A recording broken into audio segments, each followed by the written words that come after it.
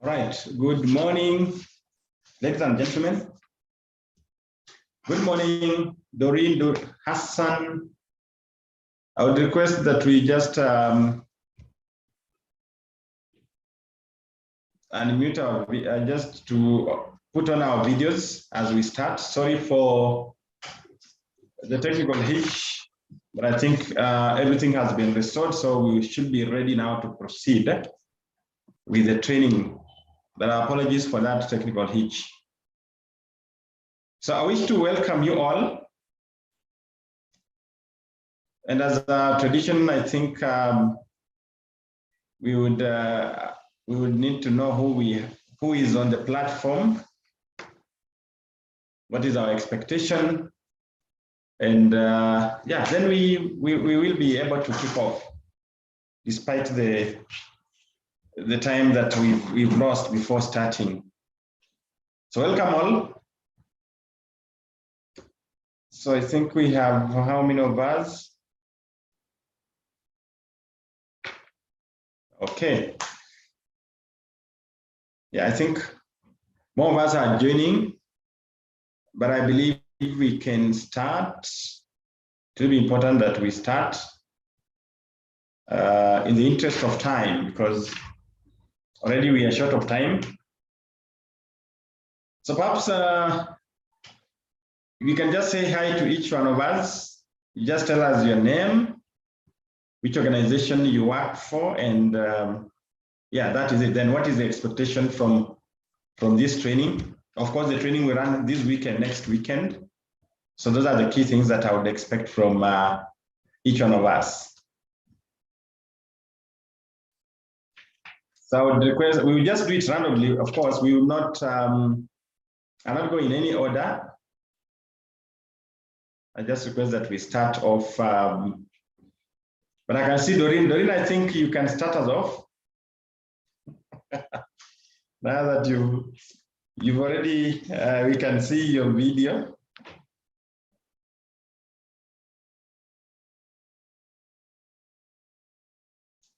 Oh, you are muted. You're muted. You're muted. Then unmute yourself. Good morning. Good morning. My name is Doreen Cherop. I work for Sports Kenya. Okay, pleasure, Doreen. From Sports Kenya. Good morning, everyone. Hassan Anil from Tacit Insurance of Africa. Hassan Al-Nil from Tacit Insurance of Africa. Oh, pleasure. Next. Grace, are you there?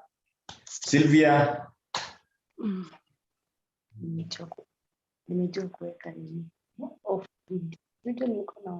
Sylvia, we can see you. Yeah. Kindly say yes. Good morning, everyone. Good morning. Yeah, my name is Sylvia Kimuge from Tacit Insurance of Africa. Thank you and welcome, Sylvia. Next, we have Grace. Grace, if you can hear us, kindly put on your video and unmute yourself and say hi to us. And of course, what is your expectation?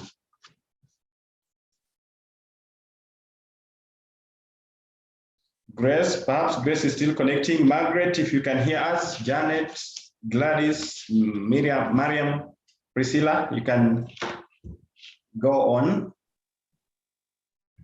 Good morning, everyone. Good morning. I'm Priscilla Gitu. I work for the Kenya Pipeline Company Limited, Nairobi area. Thank you and welcome, Priscilla. Thank you.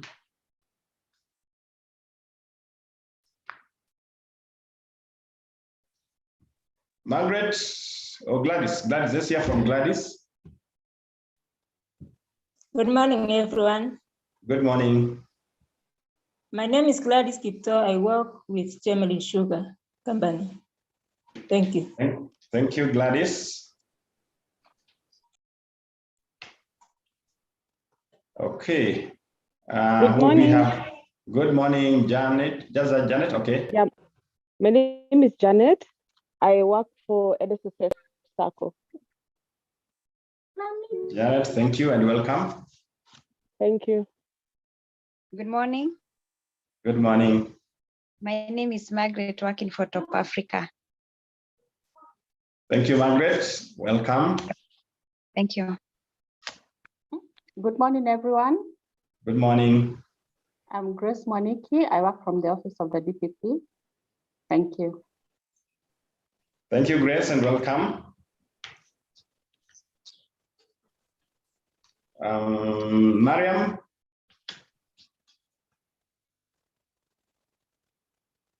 Mariam, if you can hear us, kindly greet us, say hi to us.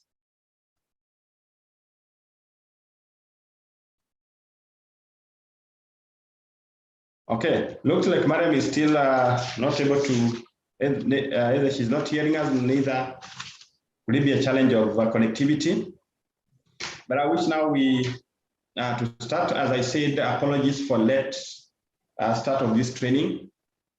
We had a technical hitch, but we've been able to resolve. Dan has been able to resolve the matter, so we are good to go.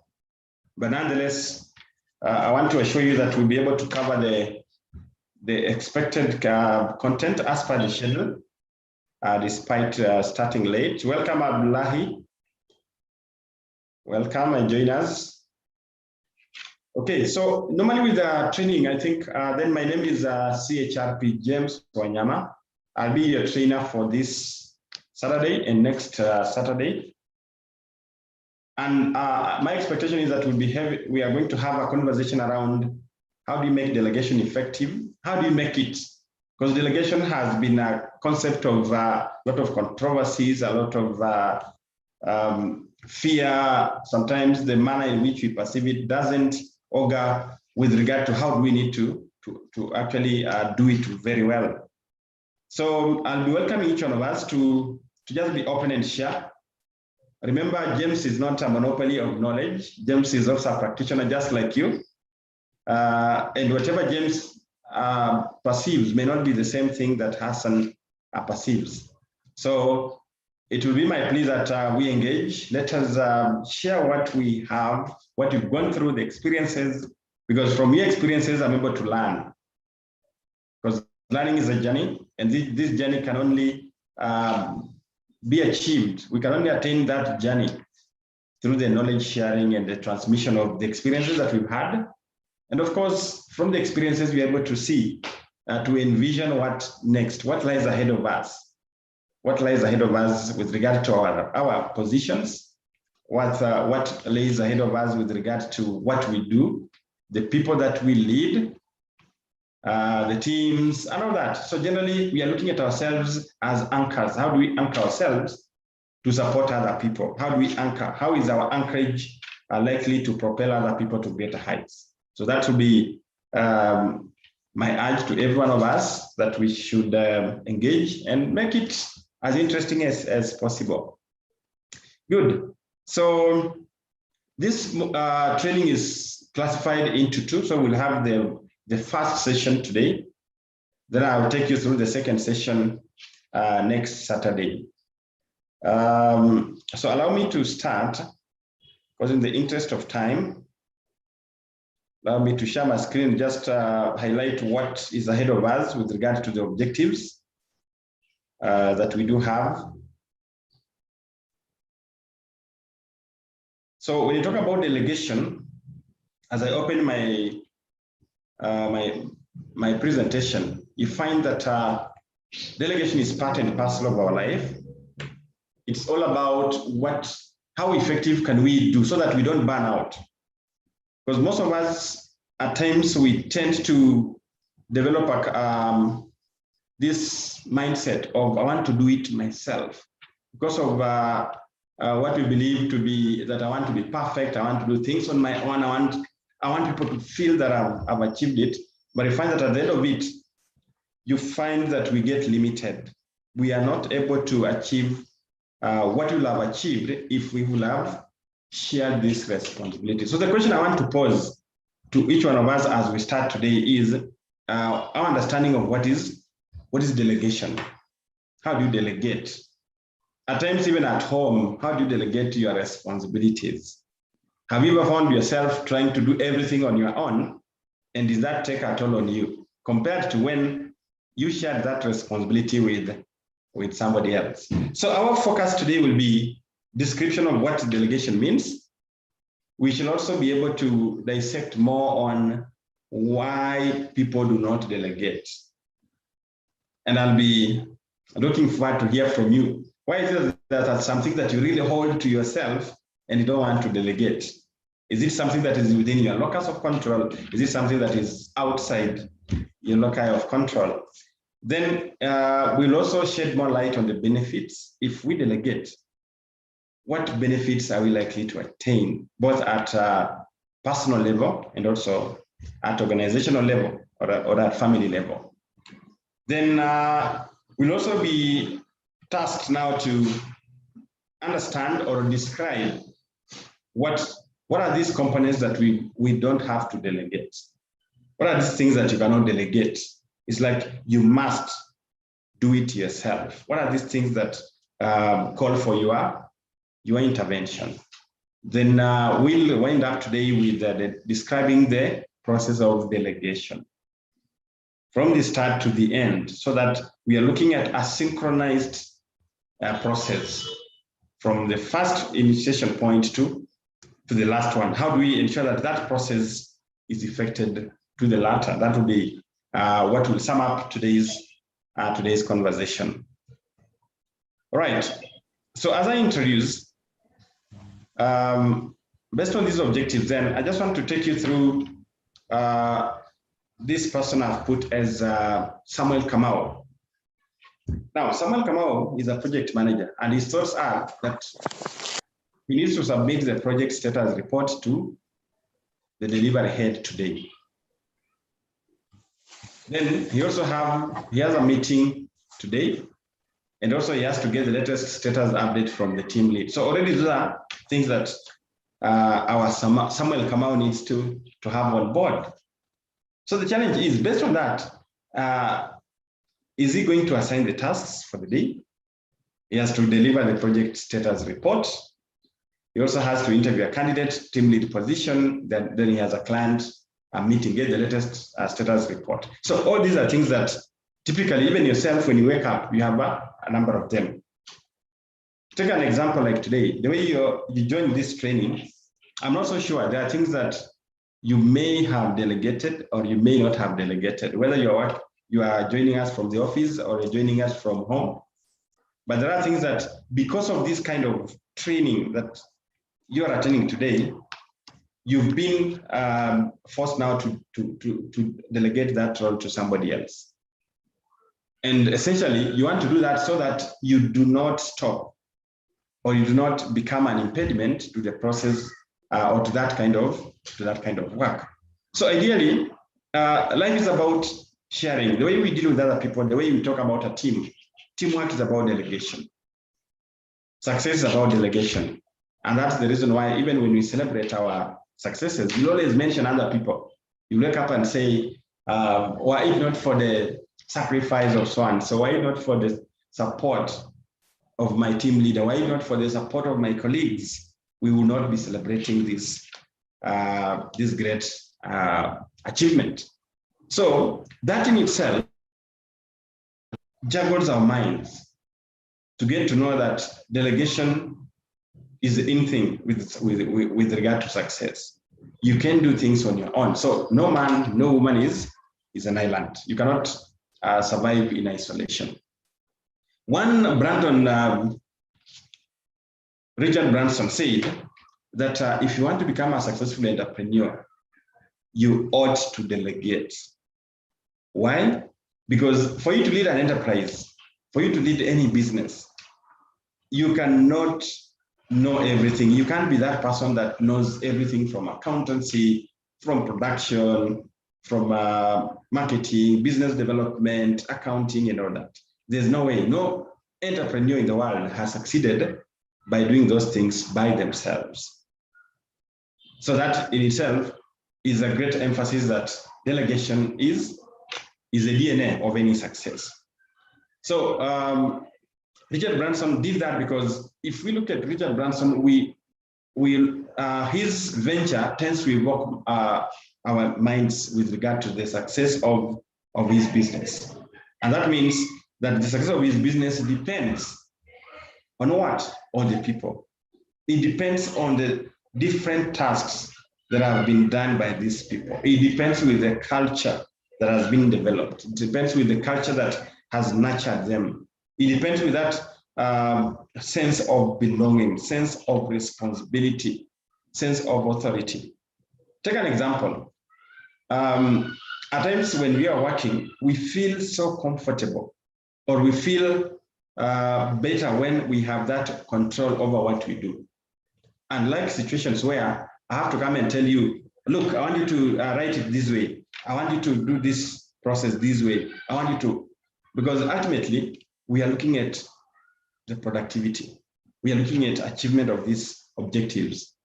So regardless of how you do it, my concern should be, how have I given you the freedom to exercise your potential? How have I made you to realize something that I never knew? Just like when you learn how to drive. When you learn how to drive, apparently it just happens unconsciously that you've learned how to drive. Even when you are learning how to balance on a bicycle, I don't know whether some of us have ever tried to cycle a bicycle. When I was growing up, I was wondering, how do you balance? Because when you try to use the bike, you feel like every time you try to balance, you find that you are not balanced. But it automatically takes shape after some time.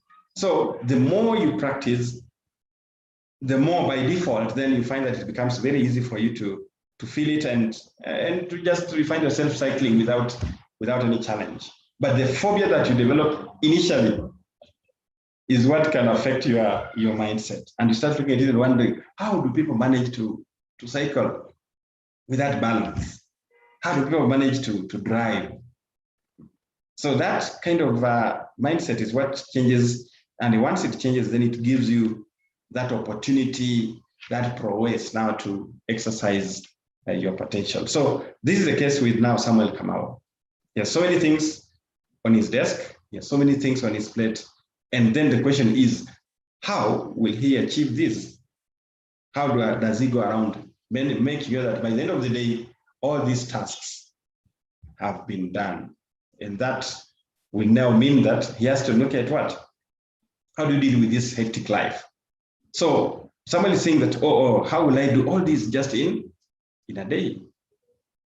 Remember, Samuel is not somebody that is as much abstract as it is. This is a reflection of ourselves. This is what we do. This is the situations we find ourselves in. So then you need to ask yourself then, how will I ensure that at the end of the day, I've attained my targets for the day? I've been able to do the tasks. I've been able to send the report. I've been able to involve yourself in the interview. You've been able to get the status report. You've discussed it and all that. So just like Samuel, no one can deal with all the tasks and finish them accordingly. As much as you may grapple with it, you will end up not having acquired the right quality at the end. So this is where now delegation comes in. This is where delegation comes in. Now, from a social perspective, delegation is key. When you, for example, if you're still, right now, you may need to get people to support you with cleaning, or you may want to get people to support you with cooking, or you may need somebody to assist you with just running errands here and there. So by us now giving those people that responsibility to do it on our behalf is an aspect of delegation. And I can tell you for free, even nowadays, do you go to the supermarket to purchase items? No. Technology. You go to Jumia, you go to any online marketplace. You purchase the item, then this guy will do it. Or the company will ensure that it's delivered at your doorstep. That's delegation. You're doing it, or you're achieving that through delegation. So you can do so many things. You can do marvelous things within a day because you've been able to delegate. Otherwise, you cannot be moving from one point to another, go to the supermarket, buy 2 items, enter traffic. By the time you get home, it's already late. But now you can do that. You can send somebody to distribute something. You can go and purchase something, all through what? Technology. So technology has made it, even delegation, to be very, very, very efficient. So let me delegate a few of my tasks. Now that's what Samuel now has thought of, that because of the overwhelming work that's bothering him, then he needs to delegate. So if he decides to delegate a few of his tasks to the subordinates, he will get all these done. And it will be accomplished within the shortest time possible, unlike if he wants to do it by himself. So ultimately then, these are skills that is very, very imperative to know that the nuances of delegating a task. So it enables you now to understand that greatly. So then what is delegation? What is delegation? So I have a few definitions in terms of what it means to delegate. But then, from the general understanding, from your own point of view, what can you say is delegating? From your own view, what do you think is delegation? I just want to get a very simplified definition. Don't bother about what I have, but I just want you, if today I just wake up and say, I'll ask you, now tell me, what is delegation? What will be your description of delegation? Anybody to start us off on that? Just your own understanding of delegation.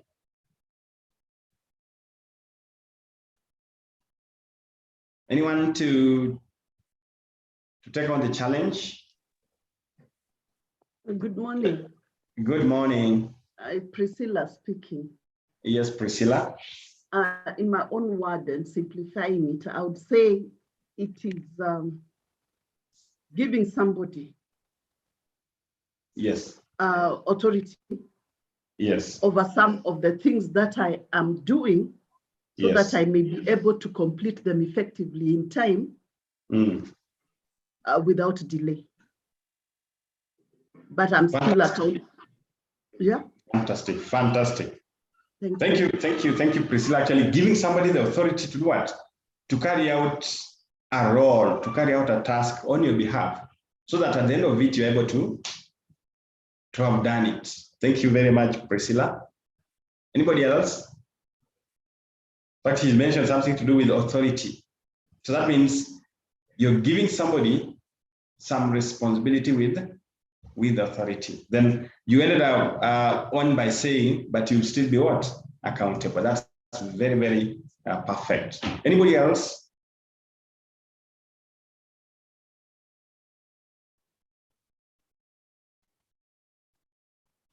Anybody else?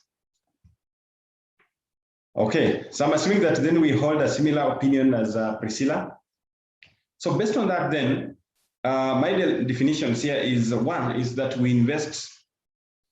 Delegating is the act of delegating or investing with authority to act for another. The distribution of responsibility and authority to others while holding them accountable for their performance. So this one is just, it's more of, if you look at the wording is just making it to be a big thing, but it's just summarized from what Priscilla said. That you're giving, for example, Priscilla now can give the responsibility to what? To Sylvia or to Gladys. So that Gladys can assist Priscilla in carrying out the interviews for the day, or can assist in what? Preparing a report on behalf of Priscilla. But you see, now that at that point then, Priscilla has given a task or a responsibility to Sylvia. Now Sylvia has now been given the authority to do that work just the same way Priscilla will have done it. So meaning Sylvia is acting in the what? In the position of Priscilla with regard to that particular task.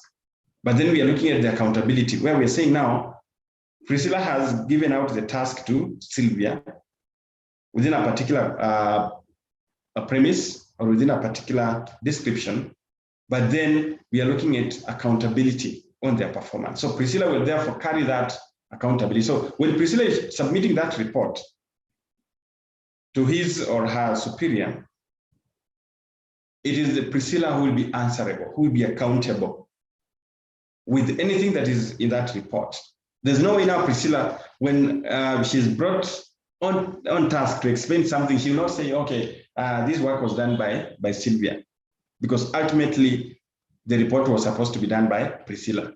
But now she's gotten some support from Sylvia. But accountability, there's no way you can go to a meeting and start mentioning names, saying that, oh, this thing will not happen because of my other team member, or this will not happen because of this. That way, then you as a leader, you failed, because leaders succeed through the team, and therefore you need to own that.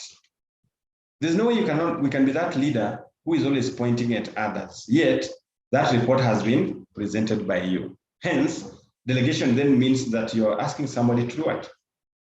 To perform a task that is on your responsibilities or work that you are being paid to do. Okay? And generally, then you are entrusting that person with authority, giving them that authority to do the work. Okay? So that they bring out the best. But we remain accountable to our bosses or our seniors for what our subordinates do. And that explains the reason why it is your boss, it is your CEO that always gives a report for the company. At no point will they say, can we have Gladys to come and explain why she did not recruit people well? That report will be whenever that, or why we will not be able to attain the budget. So the accountability now lies with what? With the person, the overall person in that perspective. So this is the glimpse of delegation. But I know human beings with our own shortcomings, we tend to hold things to our chest very much. And normally we feel that when we delegate, what if I delegate and this person shines? What if I delegate and I get, or the person does the worst? Not knowing that when you are delegating, then there are specific factors that you need to put into consideration. So delegation is not bad. Delegation is not good. Delegation is not that component that we believe, but it's all about, we need to know, for me to get the work done appropriately, do I just need to delegate to anybody? Because you need to know that you cannot delegate any work to anybody haphazardly. There has to be a clear procedure. I need to give this task to somebody that has the know-how. If not, then I need to train them. I need to give them that knowledge of what is entailed in that particular task. Otherwise, if you're that person who will just write an email and say, can I have this report by tomorrow? Somebody will just send you a report that has no direction. Then you'll get angry and start venting and complaining about why people are not doing the work as expected. So we'll be looking at those issues that can make delegation to either succeed or fail. So when you're delegating, remember from the definition, we talked about authority, responsibility, and accountability. Now, these are the pillars of delegation. So ladies and gentlemen, if you delegate without authority, then you automatically fail. If you do not delegate the responsibility clearly, if you don't clearly tell the person, I need this report on one page by tomorrow at 2 p.m. or I need this report by Monday 4 p.m. I want you to do it in this manner. If you don't do that, just know that you are setting yourself up for failure. Accountability. Always you need to own that. The end results must be owned by you as the delegator. So once you delegate, just know that the accountability rests on your shoulders. You cannot start blaming other people for your own little failings. Because at the end of it, it is you. It is your role. It is your position. It is you as the accountable person. So authority is very important. And this is where we find many people complaining that the delegation does not work. It doesn't work because you give somebody work, then don't give them any authority. So you limit the authority so that every time they have to call you, Every time they have to consult. Every time they have to. And that way, now we have this, this phenomenon whereby now people feel so good because people keep on calling them. You go and leave, but then you've not delegated the authority.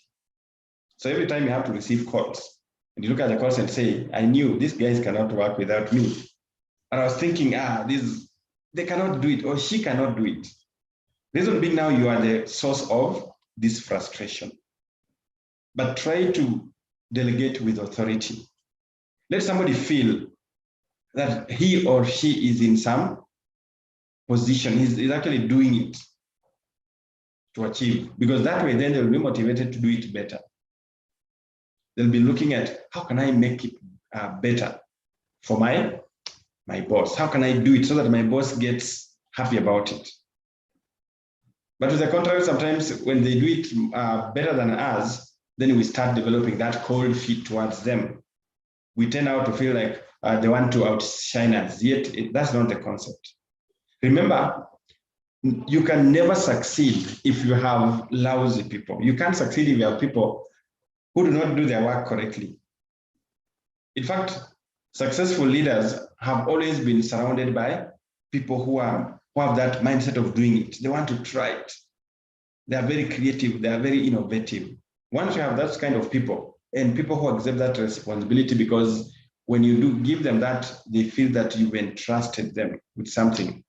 Believe you me, you'll definitely have a very smooth sailing with the people that you have.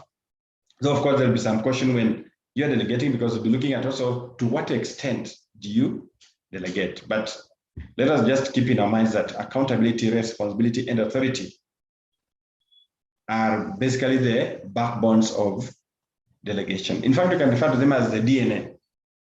The DNA of delegation rests on the three elements. So what does authority mean? What does authority mean? Authority is all about the power. So the power that you issue, or the power that you give that person, or the right that you give to that person, or the resources that you give to that person, so that he can make decisions.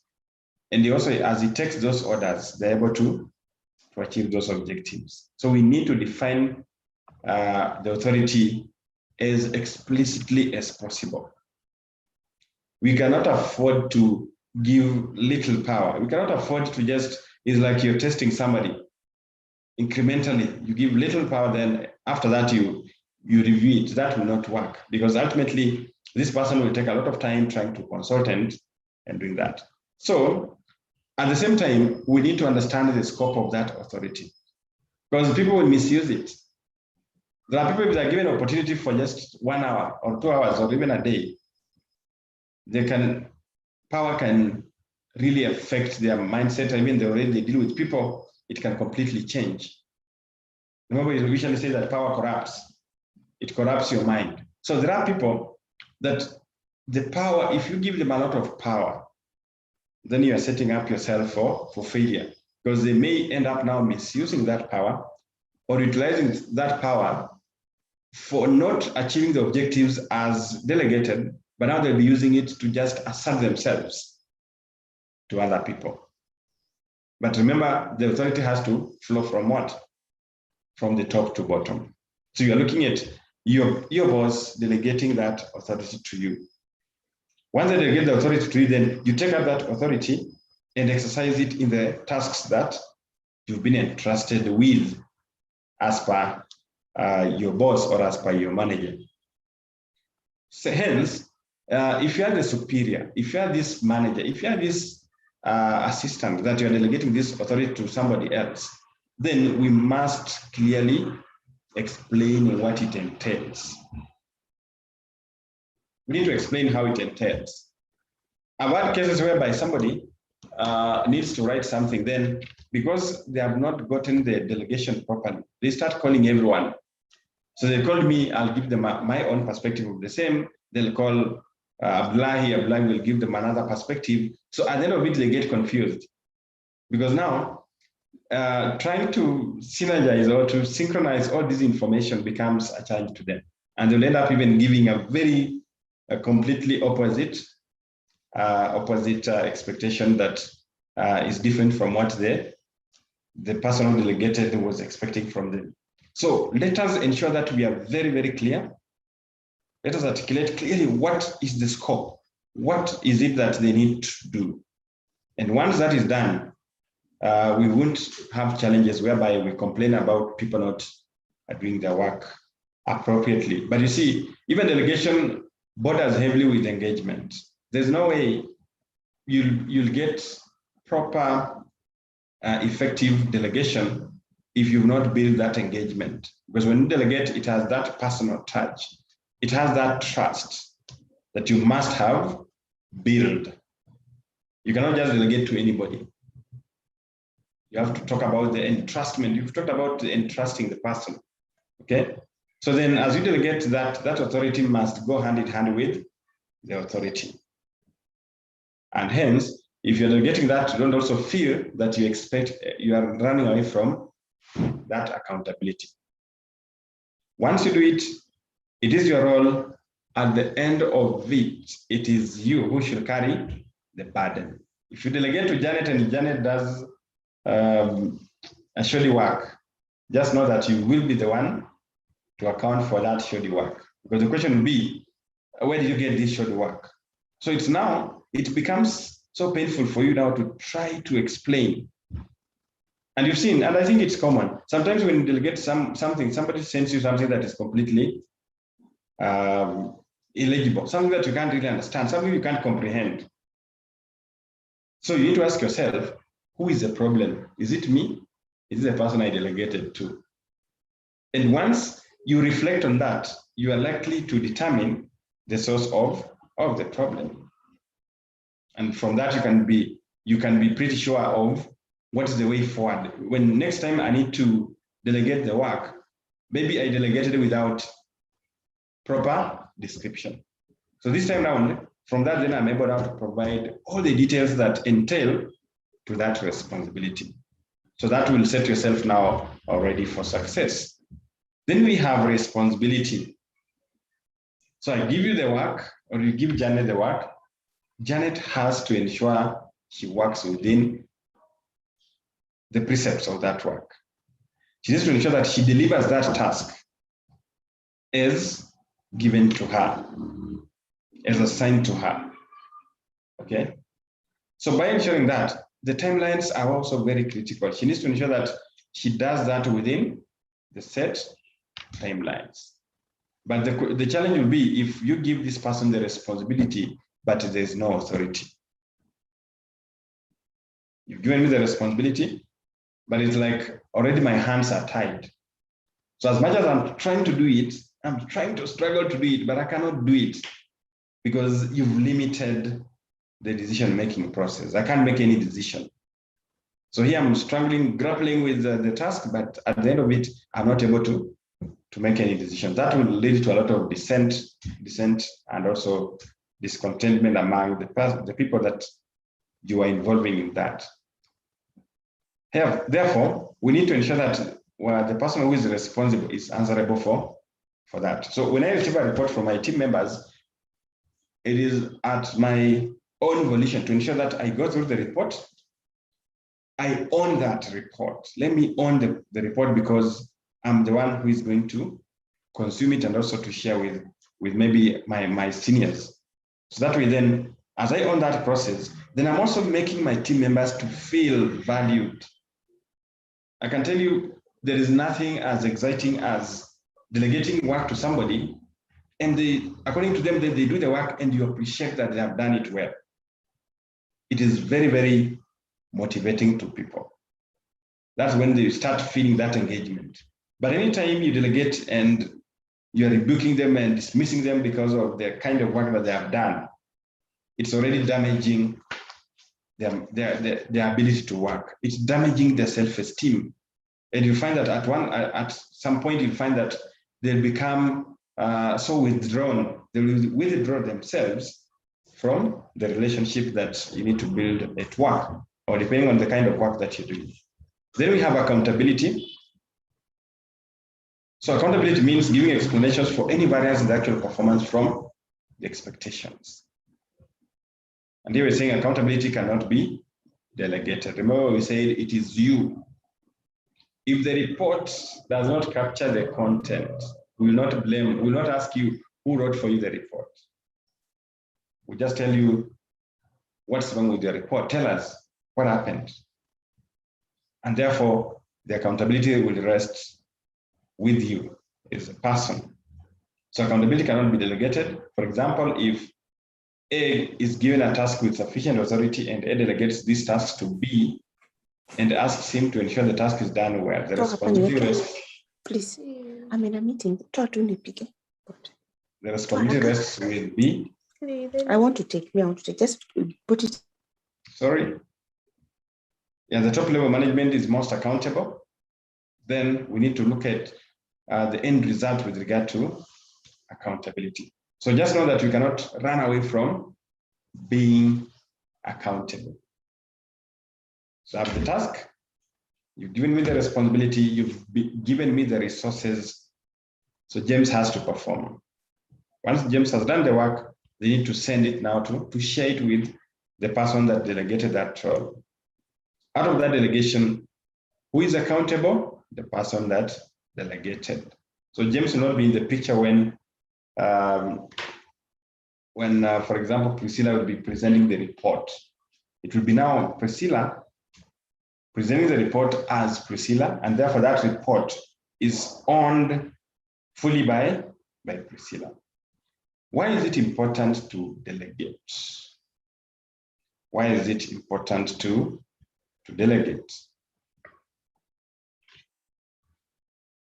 And maybe I will also, I think the importance would be, they are just beyond this point that I have, but I would like us to just share briefly, why do you think it's important to delegate from the kind of introduction we've looked at? Do you think it's important to delegate or not?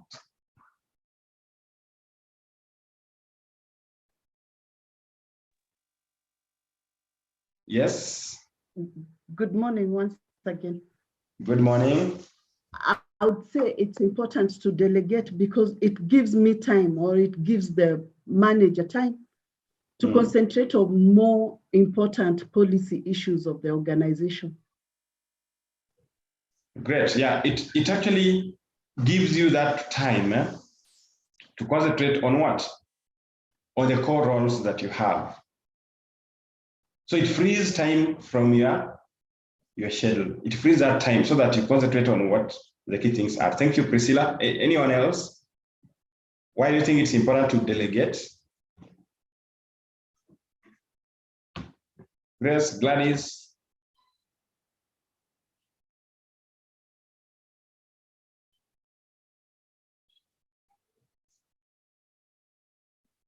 Yes. Anybody else? Why do you think it's important? Good morning. Delegation is good because it encourages the members you are delegating the duties to, and encourages them and brings teamwork.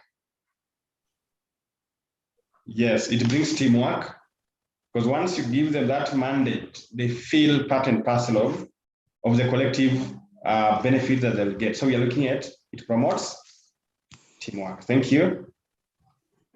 Pauline here. It Yes, also Pauline. aids in succession planning, because your team can be able to act in that role. So when they take up a position, they have the experiential know-how on how the situation works. Absolutely. It's very, very critical actually with succession planning, so that you do not, when this person exits or when this person is not there, it doesn't mean that the work has come to an end. Thank you very much, Pauline. Anyone else to share?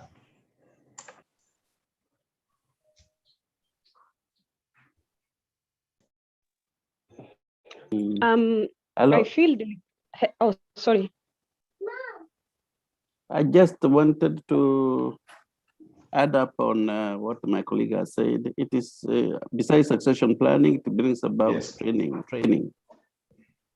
of for purpose of succession, like she said. Yes. Good. Thank you, Joseph. Back to you. Was it Janet? Yeah, it was Janet. Okay, to Yes, me, I Janet. feel like delegation is a form of coaching, because Yes. once you engage like the staff below you to be able to do your job, especially from the CEO giving other managers, it's a form of coaching, because as you do that duty, you're able to, and you're being counseled from above, you feel like you're able to undertake those roles. Yeah. Fantastic, yes. You're actually able to do what? It's more about empowerment.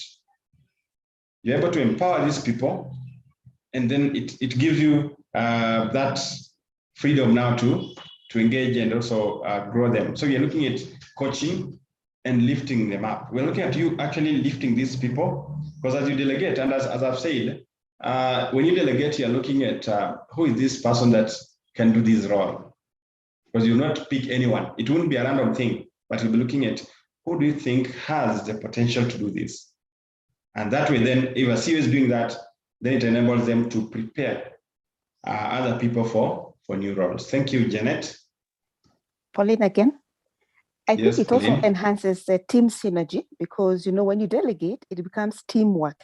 So when Yes. the team wins, it's the team, it's not the person, it's the team. So it enhances the team synergy.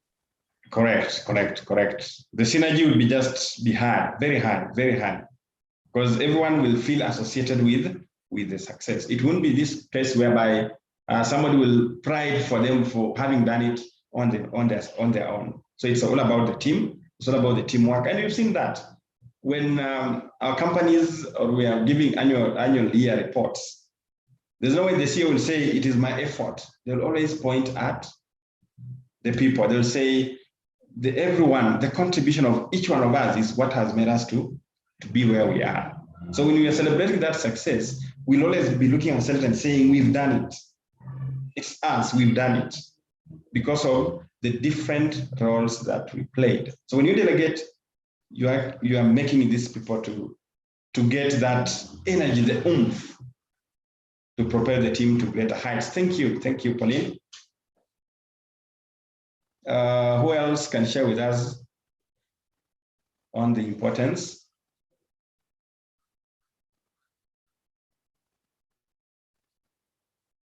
Okay, I'm assuming those summarizes whatever we were to look at with regard to the importance. But I think what we've heard from Pauline, Joseph, Janet, and Priscilla, it sums up the importance of this delegation, that we are looking at freedom. You'll have the time, you'll actually enhance succession planning so that we don't find ourselves in a quagmire where we're saying that this work has to be done by so and so. So when they are not there, because what happens if you get hospitalized, God forbid, you are sick? Does it mean that portfolio will stop? Because I think the mindset has been that people believe that if they don't do it, or if they're doing it on themselves, then it's only maybe something grave that can happen to them. But just look at a situation where you're not there. Look at that situation. Look at when people exit employment, the moment they step out of that organization, that's when we forget them. So we'll definitely look at somebody else to take up that responsibility. So once we have that mindset, that thinking, it will actually make us to look around and say, how do I share this knowledge? How do I share with this experience? How do I make these people to be empowered? Otherwise, you find that we are grappling and struggling, and at the end of it, we are not achieving what we need to have achieved. Good. The next is, why do people not delegate? Why do people not delegate? And there are very interesting statements here with regard to why people do not want to delegate. One of them is that there are some particular jobs where you can delegate, or because you have a tendency of not delegating, you do not know how to delegate, and also you do not understand the purpose of delegating. And the other point would be lack of confidence. So in different ways, our reasons to have not delegated can fall in any of these categories. Maybe we don't understand why it's important. The same way we've had that conversation that it's important because it gives you all that. So our ignorance, our lack of understanding of those benefits can make us not to look at delegation as a priority. Okay. Secondly, maybe we do not know how to delegate, and we'll be looking at that process. The other one could be that we failed to delegate in the past. So since we failed, then we are always reminding ourselves that we cannot do it. Okay. Or lack of confidence. Now, confidence in two ways. One, you have no confidence in the person that you're delegating. And two, also, you're feeling lack of confidence in yourself because you think that maybe when you delegate, this person will look at you and wonder, is that because they do not know how to do it? Are they gathering information from me because they do not understand it? Or so that now they use it for their benefit, or they use it to explain. Like many cases, people will say that my boss does not understand what I do. Or my boss, the technical aspect I do, they have no clue. So that way then, it creates lack of confidence in the person that is supposed to delegate. But then we need to ask ourselves, is that the best way? Do we need to encourage situations where we don't delegate because of that fear, because of the lack of confidence? What are we supposed to do? What do you need to do to ensure that you're on top of things? What do you need to do? Because I've seen in most cases, the reports I receive, especially like for most people who work as a team, you'll find people candidly telling you that what I do, my supervisor does not understand. That's why I can share with them reports that are not clear. And the supervisor will still present the same report as received. So when we take the supervisor now to task to explain what is it, then you find that they're just mumbling and they cannot explain it. They lose confidence instantly because of that. So does that attribute to why some people do not delegate? Could that be the reason? So that's a point that I want you to look at. Now, if we don't delegate, what will be the consequences if we don't delegate? One, information and decision making not shared by the group. If we don't delegate, then that information will be to ourselves. So people will not have anything to do with that. They will not understand what is happening. They will not understand how this work is done and all that. Then it also leads to burnout. You will definitely burn out. You cannot do that work on your own. When leaders leave groups, no one has experience to carry on. We talked about succession planning. If you've been doing this work by yourself, by every time you leave the office, you shut the door, nobody can access that office. You shut the door, nobody can access what you do. When people ask about the feedback from your office, people have to say, this person is on leave, come next week, or drop them an email because they have no clue what you do. So then when this person leaves, what sort of legacy are they leaving behind? Do we have people who can step in those shoes? Or will be, that's the time we'll be saying that your shoes are so huge, we don't have anybody to fit in. That's just from a satirical point of view. Are we looking at it from that point where we say that we cannot get anybody to replace you? We cannot anybody to fit into your shoes. Can we say that it is because you kept everything to yourself?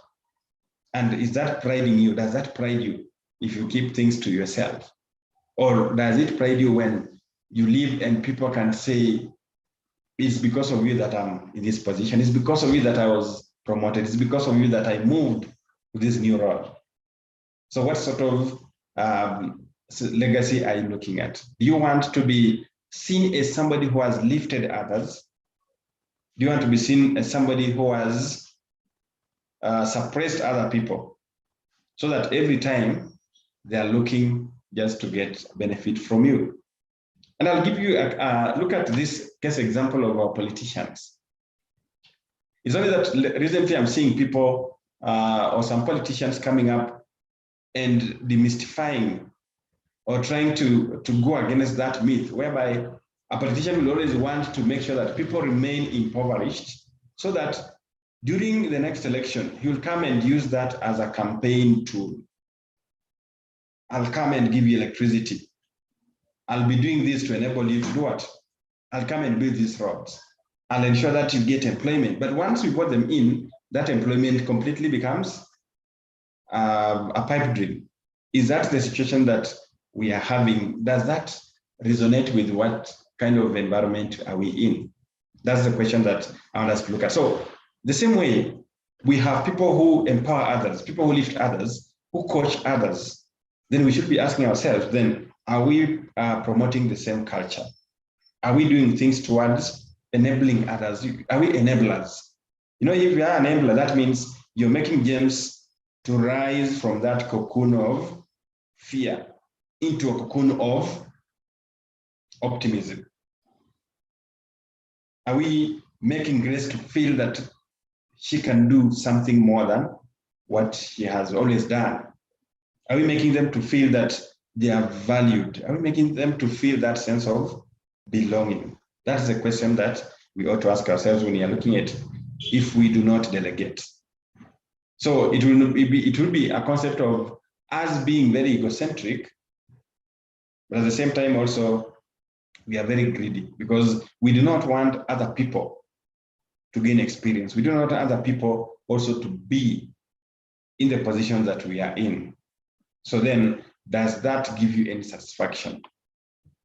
People who have always lifted others, they always pride themselves in, and no, it's not even them saying about it, but you'll hear that people have been lifted, they'll wake up and say, were it not for Grace, I'll not be where I am. Were it not for Janet, I'll not be where I am. Why not for Joseph? Joseph has held my hand and enabled me to grow. I've grown in this profession. I've been able to improve in my capacity because of the mentorship I received. I've been able to hone my skills. Today, I'm able to do things without the support of other people, just because somebody held my hand. So delegating resonates very well with that coaching and also with mentorship. So when we do that, when we exhibit that, then we are propelling people to greater heights. Now, if we don't also delegate, we find that we lower the morale of the people, because people feel frustrated. They'll feel that they're not valued. They feel that they're not recognized. Another very significant effect of that is that we then limit the scope of knowledge and experience. We have what we call the tacit knowledge. Tacit what? Knowledge. So tacit knowledge is this kind of knowledge that is within the premise of a person, the experiences. Like if I ask you a question today, if you visit a hospital, you want to visit a physician in the hospital to just to receive some medication on something, and you want or you have a problem that you need or needs medical attention. If you go there and you get a trainee doctor and another very experienced doctor, who do you think will be your preference? Maybe these are questions I just want to juggle your mind. What do you think will be your preference? Will you prefer this trainee doctor, or you will want to get this, we call him a seasoned medical practitioner? When you're given a choice, would you say, I want this trainee, or I just want this doctor that has just joined to deal with my problem? How will you, what is your take on that? Anyone?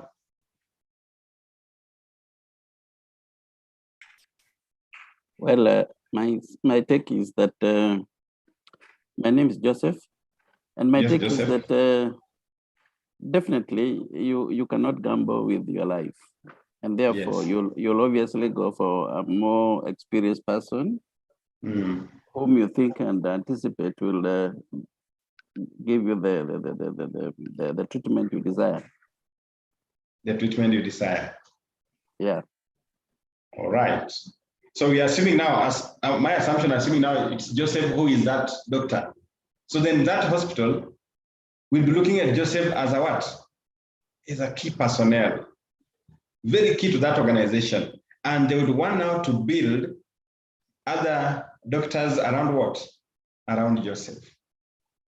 That would be the essence. So you want now to have a Joseph and you want to have other Josephs around that. So that when people come, they'll be looking at who has mentored these guys, and therefore they'll also gain confidence. So next time when Joseph is there and has this Gladys and they're working together, when Joseph is not there, the person will still feel comfortable with what? With Gladys, because they have been seen together, they have been working together.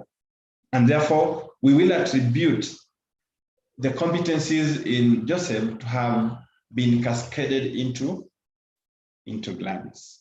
Thank you, Joseph, for sharing with us. So, of course, we'll be looking at that aspect of the experience. And that's the point I'm bringing out with regard to the skills and knowledge of the group or the organization is concentrated in what?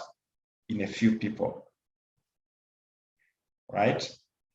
The other day I was talking to another person who just exited employment, and apparently they were not so happy to exit.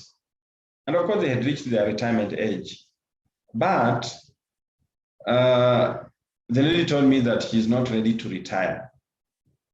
Because usually where we work, we do pre-retirement. We train people on when you want to exit, we do the separation and all that. So she was telling me that, I'm not prepared to exit. I'm not prepared to retire. I've talked to my boss, I want an extension.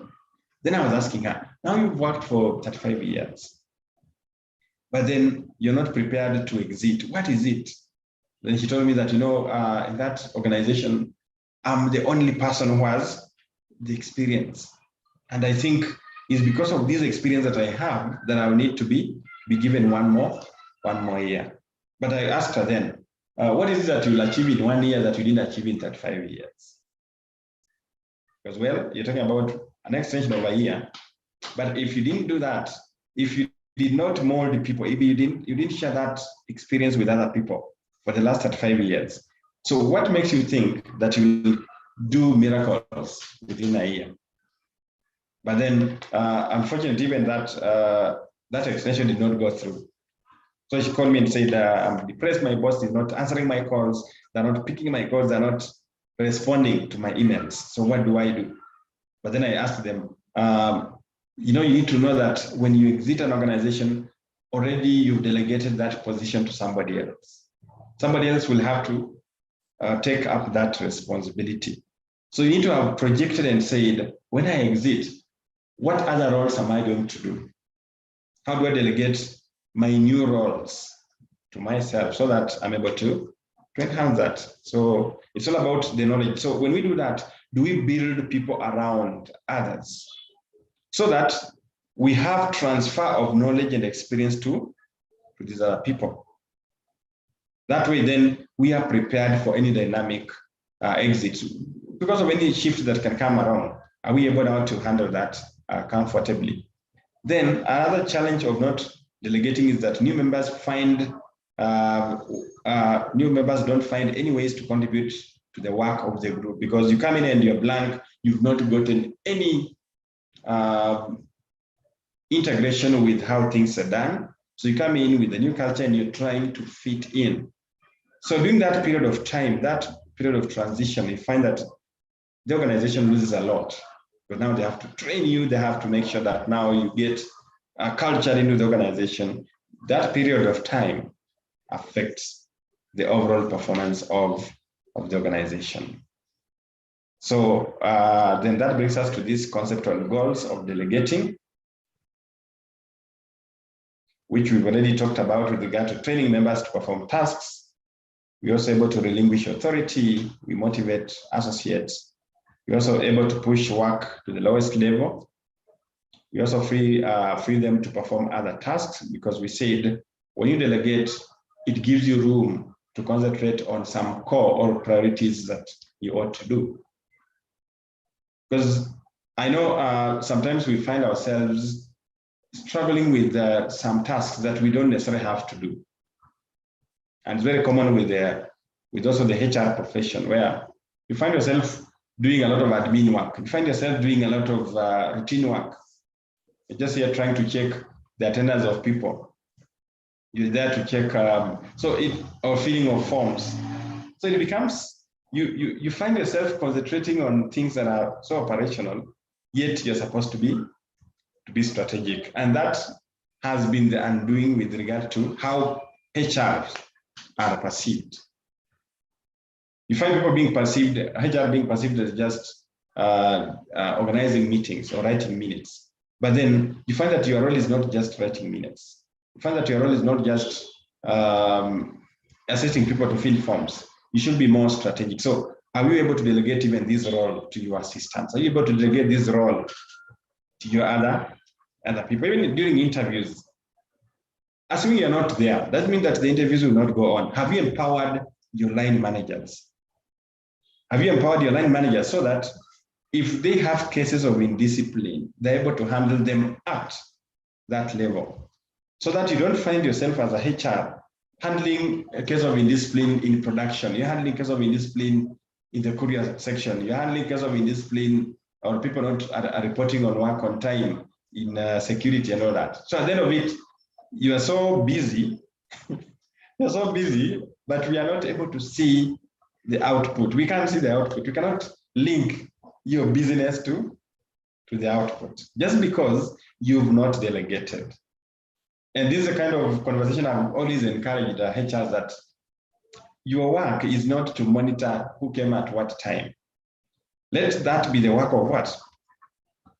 The supervisors. It's the supervisor who should know where Janet is. If Janet is not reporting, the first person who should know that should be Janet. But there has been this culture whereby Janet has to talk to HR, and even you find that the supervisor is not aware that Janet is not coming to work. But you find that HR is what?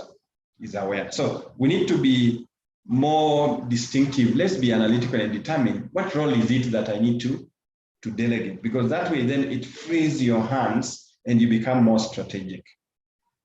But if you are the person who will be putting off the fires every now and then you are calling and asking, why have we reported 10 minutes late? Why is it that? Why? All that. So at the end of it, you find that you become so busy, where we call, sometimes we call it busybodies. You get so busy, but we cannot say as a HR, your role, what are your targets? Did you achieve them? So that's the kind of point I want to emphasize, that let us delegate effectively. Let us delegate where we need to, so that we don't find ourselves just doing things for the sake of doing them, or because we need to appear to be busy. We need to empower other people, and also we need to show them what does leadership mean. So we talked about these benefits, I believe. From the word go, we have it increases enjoyment. It makes people, when we train people for the next level, it makes us to achieve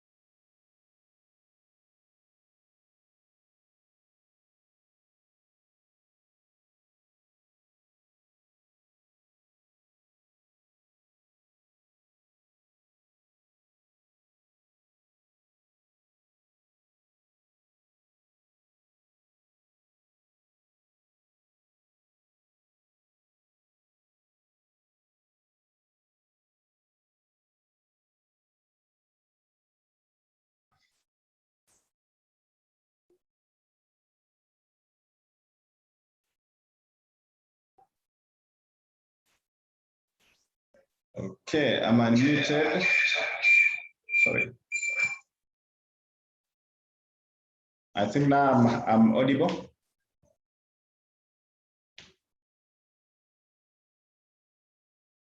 Hello? Yes, yeah, I'm audible, eh? At least to me, I don't know about the rest. Okay.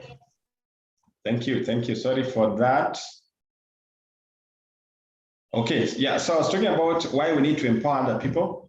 I'm reliably informed that we have supervisors here, which is a good thing. And I think supervisors, this is your key area that I want you to understand, that there are things that you need to do as a supervisor, as a manager, as generally, for you to ensure that you do your work effectively. So within your team, there has to be, you need to have identified who are these people that need to do a particular task. Who are these people that need to do something? And therefore, then you're able now to delegate that, to empower them to do that. And that will make you to avoid this micromanagement, which has been a case whereby it's like you're doing things, you want people to do things, and you're following them and saying, I want you to draw this line from this way. I want you to carry it this way, until people feel that you want to micromanage them to the extent that they don't even understand. Okay.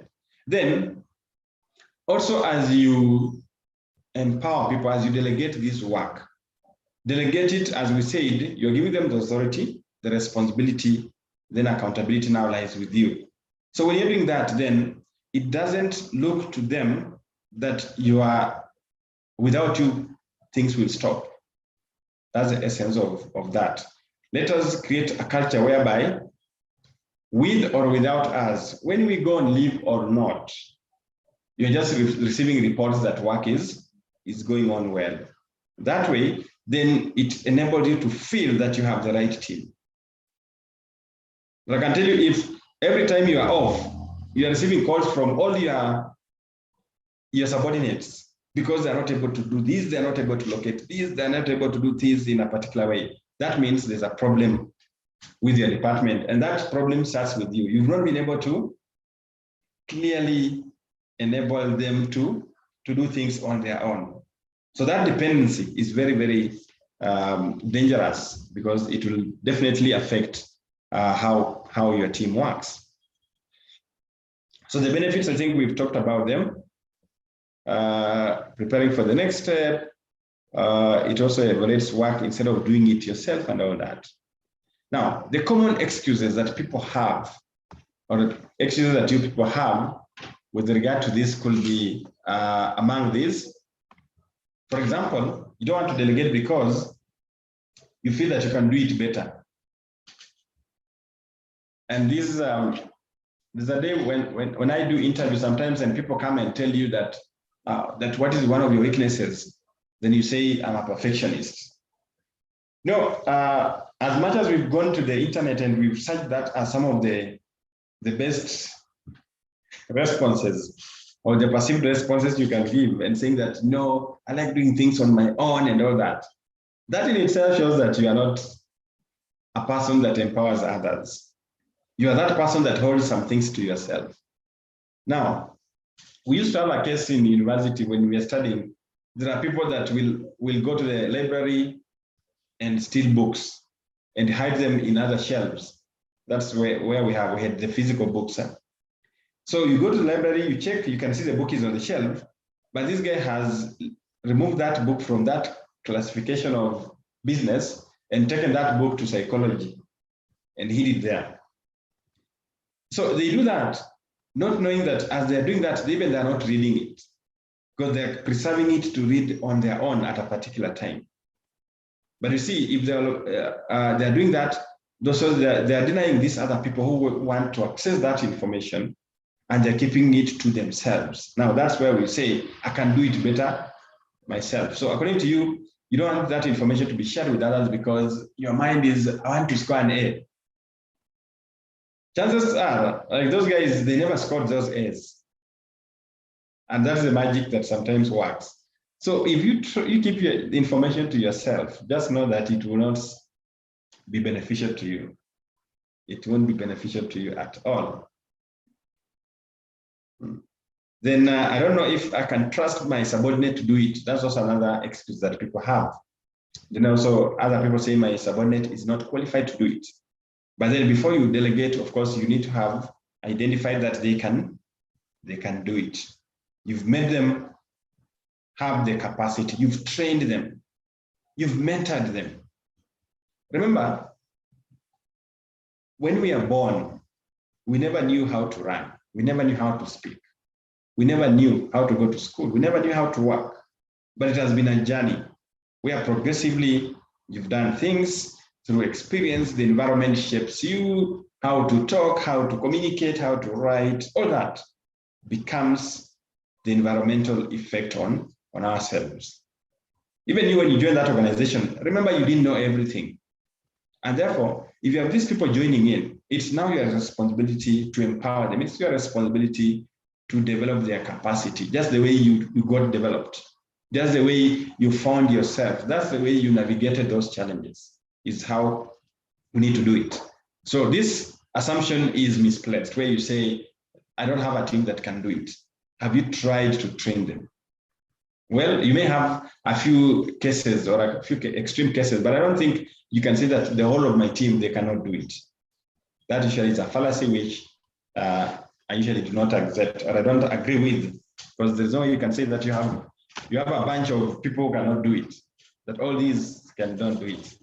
Then another thing is that my subordinates doesn't want more responsibility. Of course, this is an excuse people will say, that I have people who are not able to take more responsibility. But then the question is, when did it start? I'm sure when that person joined the organization, even when you do the interview, they were telling you, I can work extra hours, I'm eager to support. That's the time they exhibited that character. But once they joined, then it's you yourself that told them, watch speed, watch haraka. We've been there. People have come in and gone. So what sort of culture have you inculcated in your department? Because it all boils down to you. Because as I've said, nobody joined the organization with the mindset that they cannot do it. They cannot take up more responsibility. But immediately they joined, you are the ones, your other people are the ones that made them feel that they should behave in this manner and not in this manner.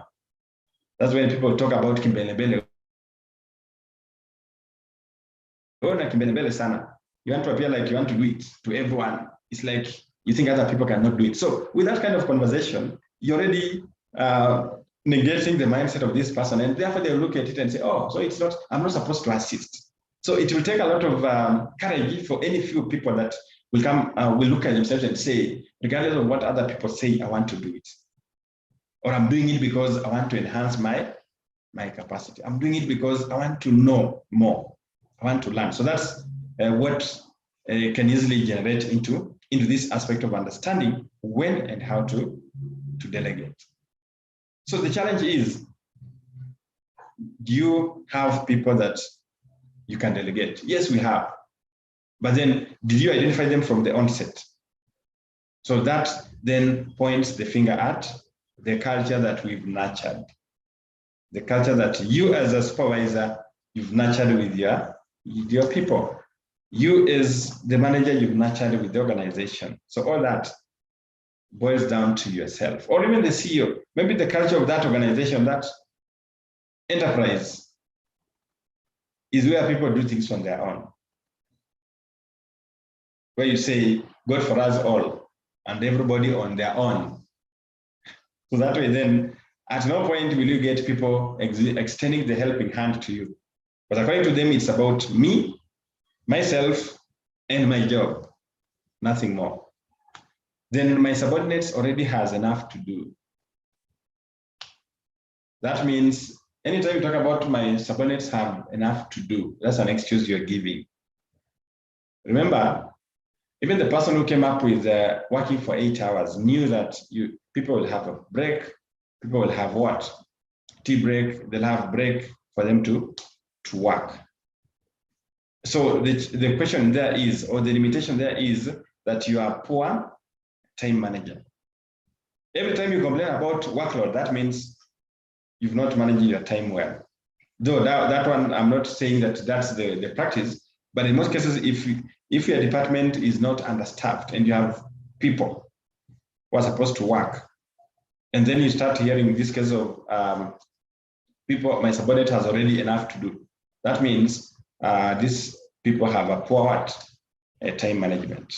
But we may have extreme, what we call as extenuating status or cases whereby, okay, we find the department is heavily understaffed. Now that one is understood, but in most cases, you may have these people, but then them telling you that they have a lot on their plate is usually an excuse that you need to look at. I can do it faster than my subordinate. Okay, I can do it faster than my subordinate. Now that's where you believe that you are the perfect person and you can do it more than what they can do. Then my subordinate messed up last time I assigned the task. So if they messed up, did you find out why they messed up? Did you correct them? Did they look remorseful? Did they now look at how can they do it better? Because I don't think anybody will be so foolish to the extent that they mess it up and they will still want to mess it up. Because I know everyone looks at how to better themselves. So it will depend on, from the time you delegated that role, what was your motive? Okay. Did you delegate because you wanted the person to do it wrongly so that you condemn them? Or you wanted this person to grow in their capacity? So it also looks at the motive, because we talked about what is the intention of that. Then of course there is this concept of I am the manager, I'm the supervisor, I'm the boss. So what the boss says is law, what the boss says is final. With that in mind, you can never succeed as when you're delegating, because you've already negated the whole essence of delegating. So these are the excuses, and of course we have other excuses at the individual level that we may have, where people will say, I don't have the resources, I cannot delegate, I don't have these, I'm not motivated. So all those are excuses that will fall in any of these categories. So when we delegate, of course, we allow people to grow, we want things to be done, we avoid burning out, want to build skills, want to become more powerful as a group, because that ownership of as a group, what sort of achievement do you have? You also want to allow everyone to feel part and parcel of the success. You want to manage time, you want to increase productivity. You allow growth of the deputies or the people that are below you. As a supervisor, there are people that every time you feel, this person will hack it if I give them this opportunity. If I leave, I have this person that can do it, can take up this responsibility. So when you delegate, you are making them to grow in that portfolio. Then we also avoid being dependent on one or two leaders. This has been a major challenge, especially with family businesses. It has been a major challenge. Family businesses that have not delegated the role to manage. There are some family businesses that have delegated the role to even management. They have appointed a board. They have the managers. They have the leaders. Those companies tend to succeed more than if James is the owner of the business, is the CEO, James is doing everything, and you find that it becomes a family. So that way then, during succession planning, if I've not empowered other people to grow, that's where now it ends up having challenges with regard to management. But when you empower, that means you are entrusting these other managers. If you have a board, if you have the managers, then you're giving them that responsibility to do the work, to exercise the power on your behalf. That way, then of course, under them, they also have supervisors who they'll be nurturing. That way, then you have a complete cycle of growth of the organization, and therefore they will not depend heavily on one or two leaders in the event they exit. Okay, it also frees yourself to run the business and see the bigger picture. Like you've seen, and maybe I would request us to just share a little bit, like you've seen how family businesses are run. Sometimes you find a family business being headed by the person, maybe the owner is the chair, it's just on the board. But then we have this other, the CEO, the group CEO, the other managers, senior managers are there. Meaning that now the work of the owner, in this case, is just oversight, but they're not involved in the day-to-day running of the business, okay? Though the debate can still go on, because we have also those family businesses that have been successful, and that we can attribute it to also them ensuring that they have their members, their family members also taking up those roles of leadership, so that whenever they exit, we still have these family members taking up the responsibility. So that's also one way in which you ensure that the business does not collapse immediately. You go to see your maker. So with regard to delegation of the decisions, then you need to use the following flowchart to come up with a decision whether the task can be delegated. So you look at this. Does it need to be done now? Does it need to be done by myself? Does it need to be done? Okay, then you consider delegating. If you believe that it's something that has to be done then is it me? If not, then can you delegate? So you plan and delegate. So what to delegate? You need to know what is it that you're going to delegate. So do not delegate what you are not able to do yourself. Remember, this is where I said that you make the people that are working under you to feel that they can give you anything, they can do anything, because one, you have no clue what they do. So don't delegate something that you know you have no idea. Because people know. If I know my boss is very poor in financial interpretations, and then they're getting me the work to give them a report on that, of course I will know that they have challenges in that, and I can prepare anything.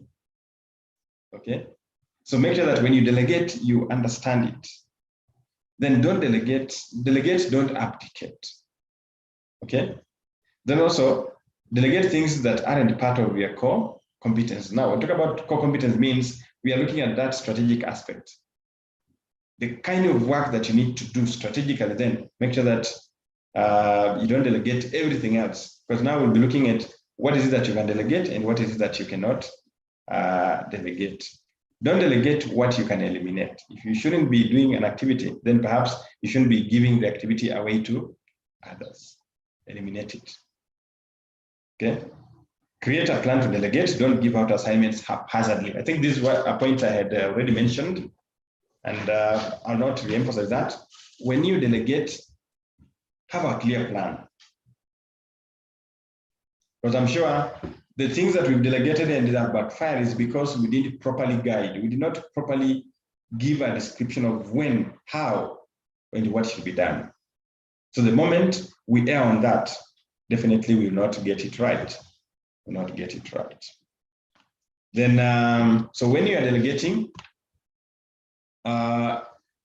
you should ensure that, or you should be looking at better than you. So you're delegating because you get something better. It should be part of your functions. Then also, it should also contribute towards training and development. Look at whether this person has the necessary arsenal, the necessary skill, the necessary competency, knowledge to do that. Okay. Also delegate because you do not want to be late. Delegate because you want to ensure that you stay within time. Also delegate at a less expense. Less expense means you delegate to somebody that you work in the same team, not delegating to maybe to a consultant or an external consultant, because that would be costly. Then what should we not delegate? Things that are critical to us, or tasks that cannot be delegated. And it's important to discriminate what is and what cannot be delegated. So that's, in summary, sorry I've rushed, but in summary, that's what we ought to think of when we are delegating. Is there any question before I introduce my second bit of the discussion?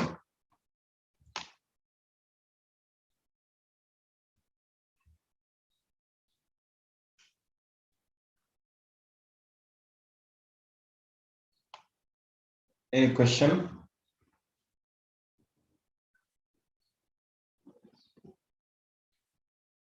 Okay, fine. I think also in the interest of time, I'll just request that I move to the next slides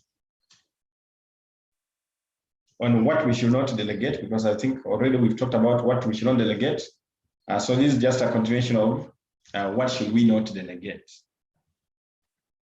Things that you cannot delegate, especially is leadership for the people. The challenge would be if you delegate leadership. Now the CEO says, I've handed over to James to be the CEO for this period of time. You just know what is likely to happen in that situation. Though when you talk about leadership, I think leadership and management should be looked at it from a different perspective, because leadership is basically making those long-term decisions. But when it comes to management, then you are empowering this person or James to take responsibility of what they're supposed to do. So that way, then management is okay. But leadership, sometimes it becomes so controversial in the sense that somebody can assume that and go beyond the authority that has been entrusted in them. Then anything our immediate boss wants us to do personally, that's also what we should not delegate. Promotion, praise, and discipline for our immediate supervisors. Of course, this is just something that we can say if it's about promotion. I think promotion also has a limit with regard to delegation, but praise and discipline, I think it's something that can still be argued out that you can, but also the extent to which you can discipline somebody, because if you're in acting capacity or you're just doing it for 2 days or 1 day, then I don't think you will be in a position to execute some mandate. There's some mandates that are critical to the position, and therefore they would require the nod of the holder of that position. Selection, training, and performance appraisal for subordinates. Because ideally, your work is just to support. You'll be supporting, but you cannot appraise. For example, you cannot appraise on behalf of your supervisor, because ultimately it's your supervisor to appraise you. A concentrated focus on our value-added priorities. Also, that's what we cannot delegate. Then overall policy and planning for our area of responsibility. So these are things that are core to your position, and therefore delegating them will injure your direction, and also it will injure your performance, because they may be done not in the right way, and therefore they'll affect your accountability. Performance evaluations, of course, disciplining or praising employees, that's task involving confidential information. Very, very critical. Company-wide decision-making, managerial responsibilities, activities where objectives aren't well defined. Those are things that we should not delegate. Now, how do we delegate? Very, very critical. How do we delegate? Now, how do we delegate?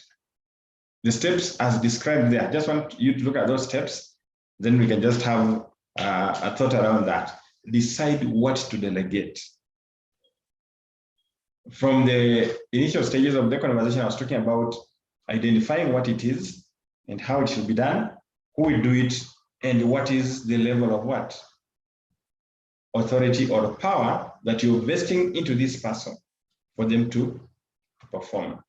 So once you've decided what task is to delegate, maybe you want somebody to do for you a report, then who is this person within your department or within your team that can do that? So then that's where you choose the right candidate to do that. Remember I said from my conversation that delegation is not for everybody. You can't delegate to everyone in your team, because different people have different capacities. Different people have different cultural undertakings. So based on that is when you know, if I delegate this work to Janet, for example, or to Rosalind or to Joseph, then they have the right mind, they have the right competency to do it. Then once you identify that Joseph wants to do this, or you've discussed with them and they can do it, then you communicate their objective. So I need to share with them on the kind of works. It's just like a handover. When you're handing over work for that particular day or tomorrow because you'll not be in, you need to tell them that, okay, I've dealt with the following clients. This is the status. Your role is to do what? To call them and give me feedback on this, or this, I need you to follow up with this response from so and so. Now that way, then you're already giving this person the right objective. So you're telling them your work is to do this, so that you don't just give them the work and say, this is the report of handover. Now, looking at them, they're wondering, do I need to call this person? Am I expecting anything from this person? Or what sort of engagement am I supposed to advance with regard to this person? So that's where communication comes in. So you need to communicate and say, I want you to talk to Gladys. I want to talk to Margaret. And Margaret will give you a particular information regarding this. Then once you get this information, collate it into this format. Now, that way, then the person understands clearly what is expected of them. Now, when they're calling Margaret here, or they're calling Gladys, they need to call Gladys in respect to what you had done. You know, now they're picking it up from you and they'll say, you had talked to my colleague on this and that. So I'm calling to get more information regarding your conversations. Now, that's now picking from what? That authority. So already by telling the Jan or Margaret that I'm calling you on behalf of Sylvia or on behalf of Gladys, already there is that aspect of authority. So Margaret will not be worried to share that information because they know then this information has been, or this process has been relinquished to another person. Okay, so as they do that, then of course you'll have agreed on when you need to get the reports. Maybe it's a weekly report where you say, okay, on a daily basis, just share with me some information, furnish me with information about the progress. Just share that and tell me, I talked to so-and-so, I got this report, this is how I've gone about it. So that's when I will meet what? You describe on how the process will be done. So then you monitor that progress. Then you let go. Let the person now be in charge of doing that work. Then where they succeed, where they have done it well, congratulate them and tell them, well done. Because that's how you build them. Next time, you'll not have to be dealing with 10 clients or 10, when you need information about that, you still just talk to them and they'll be able to do it. So that's how you delegate. But remember, delegating will have the three elements that we talked about: authority, responsibility, and accountability. So at the end of it, you've delegated, yes, but you are accountable for any results that originate from what you've delegated. You are accountable absolutely for that. So when you're deciding what to delegate, you're looking at the tasks that needs to be delegated. You're choosing the right person to delegate. That person needs not to be most experienced or the smartest, but you're just looking at a person who can do it. Okay, the person who can do it. Remember, it's not about having a bachelor's degree. It's not about having a master's degree for you to do work. It's not about having worked for 20 years for you to do the work, but it's about the person that is agile, somebody that is able to do it. The person that has the right attitude to do it. The person that has the correct emotional stability to do that work. That's where we talk about the right person. So you're not just talking about experience, neither are we just looking at the person who is the smartest. Okay. Then choose people such that to train them and let them grow. Remember, this is a point I've already talked about, that we should choose people to ensure that they grow. We lift them from that comfort zone. We challenge them so that now they come to realize that they have potential that they're not able to utilize. That's how we ought to delegate. So you let go, then you give credit. So when giving credit, that means you are trying to appreciate what they are doing. Tell that now on communication, we've said you're telling what, why, and when. Define expected outcome or the results. Don't tell how. Remember I said, don't tell me how to write it. But just tell me, this is how the work is usually done. But I'll not tell you, I want you to put a comma here or a full stop here. Or I want you to call them at exactly 9. That's not the case. Provided I've given you the task, it's upon you to call them within the stipulated time. Or talk to them for 10 minutes or 5 minutes. Also provide project constraints and deadlines. That means you're telling them make sure that you complete this task by Monday, for example. That's when you communicate the objective. Then relinquishing authority. This is a point I've talked about with regard to authority, encourage independence. So you've given me the work, let me do it in the best way I can do it. So that way, then you're making me to be innovative. By that innovation, I can even do that work within 5 hours. Yet, according to you, do it within 7 hours. So that way then, because of my creativity and innovation, I'm able to complete the task within the shortest time possible. So relinquish that authority to me, and I will prove that this is something that can be done relatively well. Then monitoring progress, I've said, ask for reports. So you'll agree on when, what is that the challenges they're likely to expect so that it's clear in their mind. Okay, what do they need to do to ensure that they get things done? Then setting progress meetings in advance. Let us avoid this case where I sent you work to do. Then I wake up on Tuesday and tell you, can you send me the report immediately? Send me the report immediately.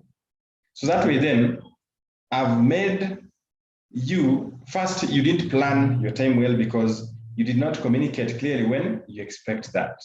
So it affects the general progress within which this person is expected to work. So after you monitor progress, then let go, be flexible. There's much more one way to do something. So let the person do it them as they anticipate. Let it be done within what they believe they can do it. Then give credit. Let's praise, let's give feedback. When people do great things, let us appreciate. The same way we expect people to give credit to what we do. Let us not be so economical with praising other people. Let's not be economical with giving credit to where it's due. Because that being so mean to other people will also translate to other people being mean to us. But the more you praise what other people are doing, the easier. Like now, the more you delegate, this person, you can easily now delegate that work fully or that role fully to them. Then it eases your time, it eases your desk with regard to the kind of work that you ought to carry out. So when shall I delegate? That's a question that we need to ask ourselves. So you need to delegate the right task to the right person at the right time. Okay? Can I let this task to be done by somebody else, or is it entirely dependent on me? Will the other person be able to handle this task? Is the task taking up too much of the valuable time that I actually need to use? Okay, I need to communicate. Coach, develop my team to help them with leadership training. Am I sticking to this task because it feels comfortable and I'm used to doing it? Do I do this menial task because I can do it so well? And I don't want to give it to give up that comfortable feeling. Is it that I'm comfortable doing it? Therefore, I don't want to give it to somebody else. Because giving it to somebody else means I'm free, and therefore I need to take up a more challenging role. So is that the case on when I should delegate? Is it possible for someone else to do this task? Will they need leadership training to be able to do it? Now, these are sort of the questions that you ought to interrogate. As you interrogate, it gives you the correct viewpoint of how, when, and to who do you delegate. These are we can call them as very imperative questions, the critical questions you should be asking yourself. Because as you find answers to them, that's when now you're delegating effectively. The answers to each one of them gives you the right process of delegation. So it's important that in the delegation process, you understand the right person. And for you to understand the right person, then we need to know which factors should we consider. One, we need to consider the tasks that are there and the competencies of the available staff. What is it that I want to delegate? And do I have somebody I can delegate that task to? Okay. 2, the person should be found who possesses the correct level of expertise. I think I've talked about that. The availability of various individuals of staff. You have a number of people that can enable you to do that work quite easily. The expertise level of the person, the experience, knowledge, and skills as they apply to the delegated role, the confidence level of the person. Confidence is paramount because confidence makes you to think wider. It makes you to think critically. Then also we talk about the willingness and responsibility. Do you have a person that is willing to do that? Okay, the work style that they prefer. This denotes now the autonomy. That's the work style that they prefer. Then when you delegate, will it call for a reshuffle of the workload? Because if it's going to call for a reshuffle, then it now changes your plan. Now you need to look at, if it's changing this, then we'll also need to change and also have somebody else, again, under the other person. So then you can find that you're delegating at this level, then because of the shuffling of responsibilities, then you also need to get somebody else down here to support with regard to that responsibility. Okay, Hussein, you can mute yourself, please. Hussein, kindly mute yourself.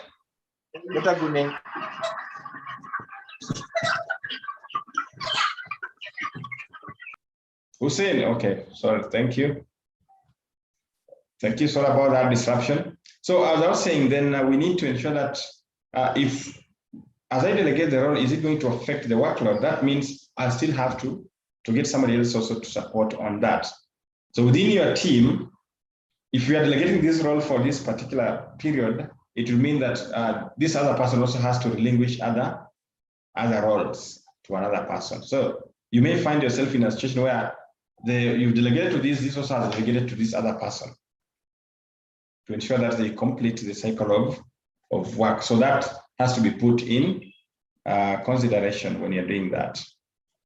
Now, levels of competencies of these people. We have the novice, where you just adhere to the rules, little experience, inflexible behavior. We have the advanced beginner, limited perception, less advice in context. So for them, you tell them how to do like this, so they'll just follow the rules as described by the supervisor. Then we have these people who are competent, gaining perspective. They have standardized procedures. We have the proficient people, holistic view, faster decision making, and uses deviations from the norm. Then we have the experts. These people that no longer needs to analyze enormous experience, intuitive grasp, advanced problem solving. So you can have people drawn from, or you can classify them based on these. So the question will be, are you surrounded by the novice? Are you surrounded by the experts? Are you surrounded by the competent people? Are you surrounded by the proficients? Are you surrounded by the advanced beginners? But your understanding and your ability to shuttle around this is what will make sure that, or what will inform you to be successful. So you need a lot of intelligence, a lot of emotional intelligence to know. Because you may have people who are so experienced, but the attitude is zero. You may have people who are so competent, but their ability to learn, their willingness is zero. So that will mean that then you have to navigate and see which other person are you going to engage. So at that moment, then the buck lies heavily with the person who is supposed to delegate. So you may end up even delegating some responsibilities to a novice because they are easy to do what? To do the work. There are some tasks that you can delegate because you don't need somebody to be so innovative or creative. So in that case, then you can give them and tell them, okay, I want you to work within this timeline, work within this regulation, then let me have what is supposed to be reported. So that way, then you have yourself ready for that. Now, when you are delegating, we have 8 steps. The first one is clarify the goals and opportunities. Clarify the goals and opportunities of that particular role or that particular task. Then secondly, decide what of this, out of this role or goals, what is it that you want to be done? You may have 3 goals, but then you decide, I want one of these to be done by Joseph, or I want this one to be done by Grace and all that. So that way, then you decide what needs to be done. Then of course you select the right person. Then organize those tasks to be delegated. As I've said, don't be haphazard. Don't be this person who just calls and says, can you go to my folder and do this and that and that. Put your instructions in tangible and also put them clearly structured in a way that you are, even if it's a report, you're able now to follow each one of them. Then give clear instructions and request feedback. Set deadlines, ask for reports, support and monitor. Support and monitor what they're doing. And most of it all, recognize or celebrate what they are achieving. When you joined work, when you started, also when somebody delegated to you work, I'm sure at no point did you do it perfectly, but with time you learned, with time you grew into it, with the experience you're able to do things better. That way then, it's all about the experience you gain. So the same way, this person is also needs to be brought up in this particular role.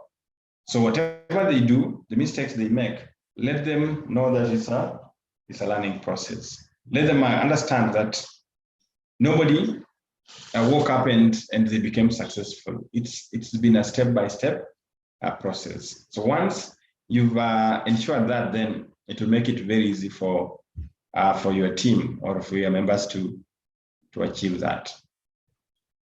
So the delegation process, select what to delegate, decide how much authority will give them, communicate precisely what you're delegating, check for mutual understanding around what was agreed, follow up, evaluate, recognize work.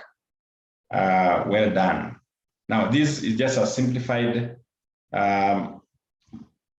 stages of these steps. So these steps, when they are compressed, now they give you the delegation process, which says delegate select what you want to delegate, decide on how much authority, clearly communicate what you are delegating, check your understanding. Now, by checking the mutual understanding means, are we on the same page?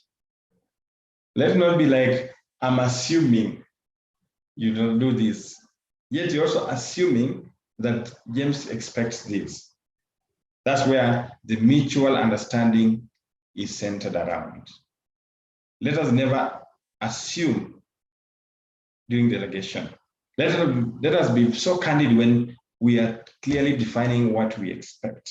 Never assume, because anytime you assume, that becomes a panacea for the issues that will arise, where somebody will say, I thought this is what you meant. I thought this is the kind of feedback you expected. Okay? That will mean that you go back and trace, where did you make the mistake? The mistake came in when you assumed. So I want to urge every one of us that never assume.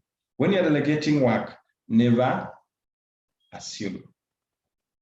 Always look at it like you're explaining to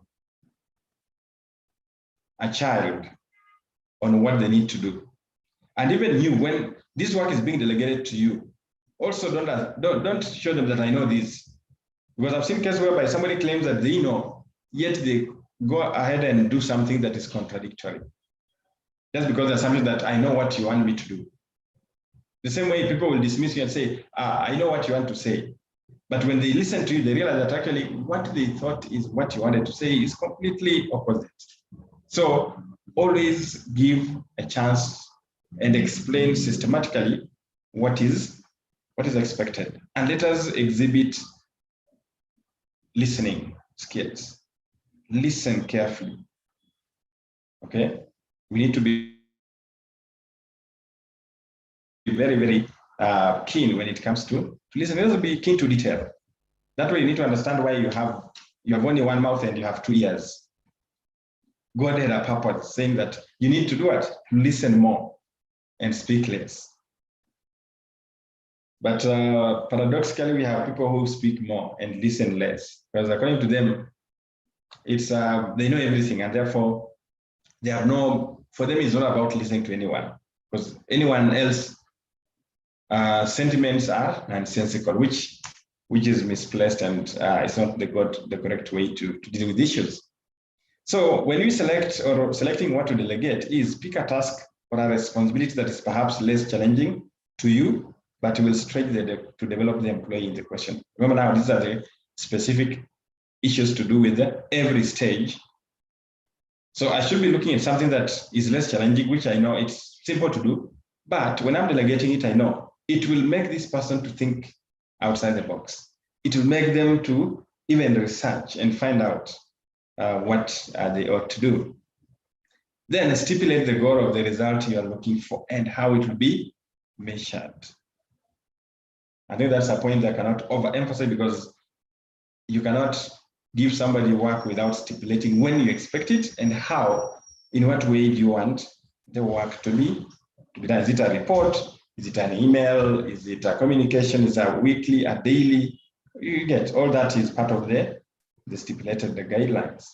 Decide which authority or to much extent of the authority that will be given out. How much authority? Okay. Can they make clear for which decision they can make totally on their own? Remember I said there are some positions and some roles when we said what is that you cannot delegate. There are things that of course you cannot delegate. So let it be clear that as I give you this task, this is the extent to which you can make decision.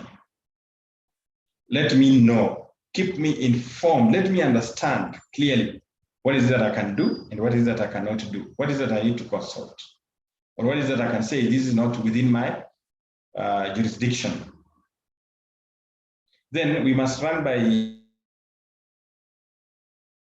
you first for approval. That's which decisions do you need to approve, then which decisions can you make jointly, okay?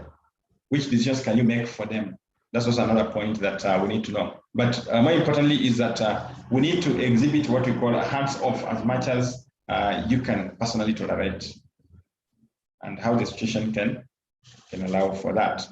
Then when you're communicating, cover what is to be done, by when, why, allowable resources, any limits to the authority, and of course the benefits for them to taking that responsibility. Because that will encourage me, it will motivate me, and I'll feel I want to do something unique. I want to do it and to impress my boss. So strive for mutual understanding and agreement. After that, when we're checking for mutual understanding, reach a verbal contract or agreement for various aspects of delegation. This one I've said, and I'll say it, you cannot delegate without clear expectations. Don't assume. Never assume anything. Provide support.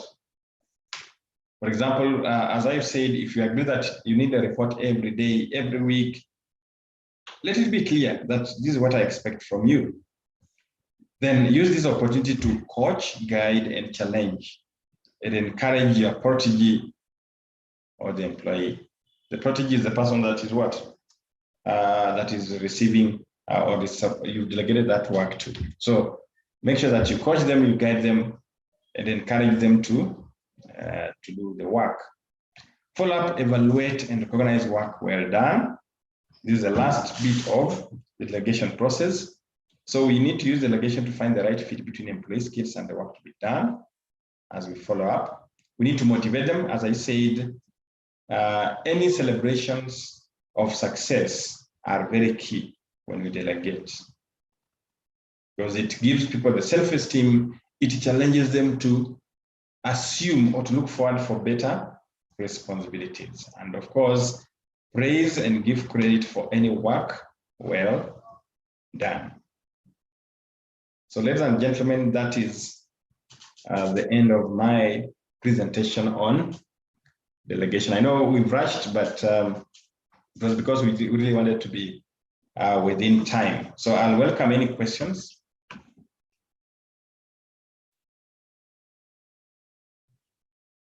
Thank you very much for your patience, and also despite us starting late, but I'm sure we've been able to operate within the timeline.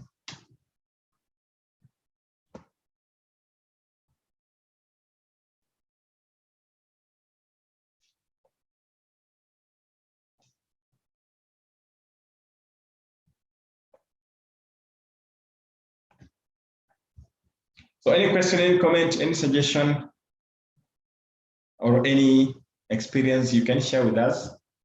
I know we have people from different, I'm told we have even people who are not HRs here, but they're supervisors.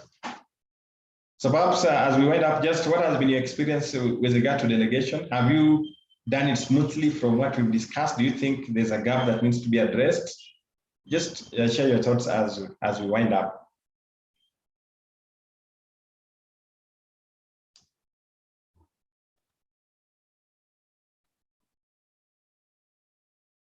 Anyone? Are we still there? Hello. Hi. Yes, we are. Yes. Now I have a question. Yes. If, for example, you're training somebody. Yes. And this person tells you that they know they've ever worked in a certain department. Yes. So when you get them, you assume that they know. Of course, you said we should not assume, but of course, when you hire somebody and they say they've ever worked in a department, you assume that they know what they are doing. Yes. Only to find out that whatever they are doing is not right, or they don't actually know, or they just say they've ever worked in a department and they've never. So by virtue of delegating, you delegate all the things that you feel that that person can do. And of course, you take them through the goals and the end results. But at the same time, they don't give results. They are not productive. And when you ask, they say that they know what they are doing. How can you handle a situation like that? All right. Thank you, Caroline. How do we handle that situation? Okay, my opinion will be, maybe I'll take it before we hear from others. My opinion in that case will be, this is a person who is already, according to them, they know what they're doing. But then, as I said, you know, when you're delegating, the responsibility and your expectation, the deliverables rests with you. So if you give them, I'm sure if you delegate and you tell them, I want this work to be done in this manner, I want you to do this and that, with clear timelines, the objectives and the end results. If they don't do it as per your expectation, of course, the results will not be correct. And that's the time now you challenge them and tell them, well, look here, this is what you need to have done, but you've not done it. Maybe the kind of work that you did in where you are was not the same way that we are doing. And that's why I said, never assume. Let them say that, but just insist that, well, okay, you may have done it, but I want you to know that this is how it's done. This is how we do it. Or this is what I expect. So communicate what the task is, how, when you expect that. So it's upon them to figure out how they will do it. But ultimately, your concentration should be, have they achieved the results? So I don't know in your case whether if they told you that they have done it, did the end result justify that they had done it? If not, then that means that they had a challenge with what?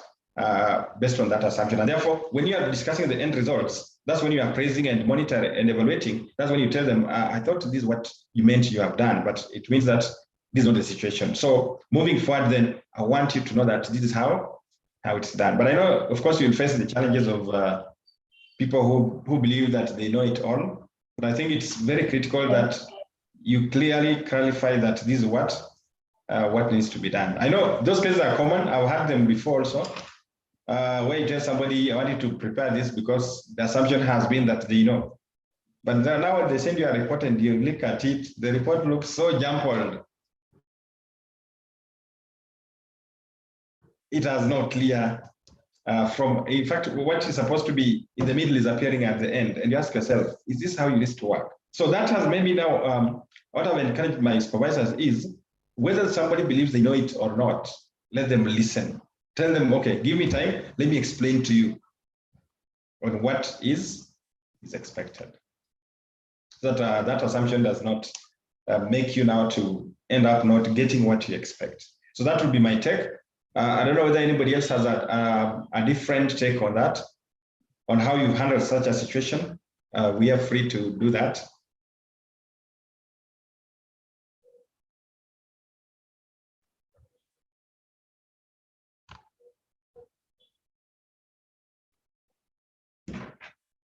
Okay, Caroline, I hope I've been of help on that. Yes, sure. Thank you very much. Thank you. Thank you. Okay, anybody else? Anybody else, ladies and gentlemen, as we wind up?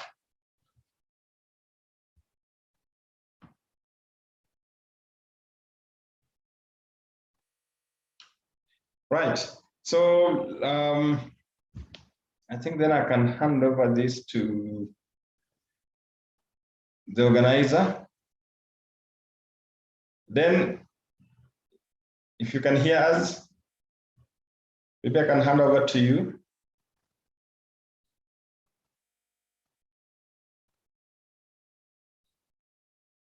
Wow.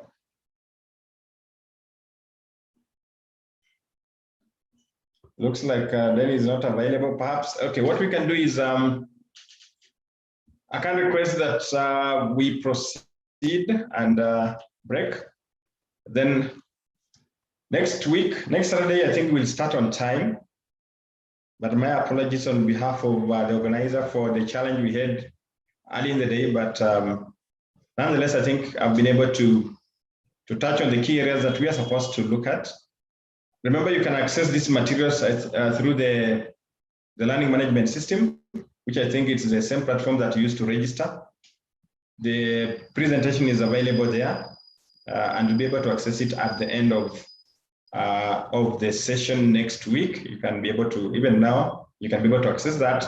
So I'll call upon you to go through that, and if there are any questions, let's engage. Let's discuss that, and we'll keep learning from each one of us. Okay. So thank you very much, ladies and gentlemen, for giving me time. And also just being attentive to my conversation and also to what I had to present. So asante sana. Enjoy your weekend.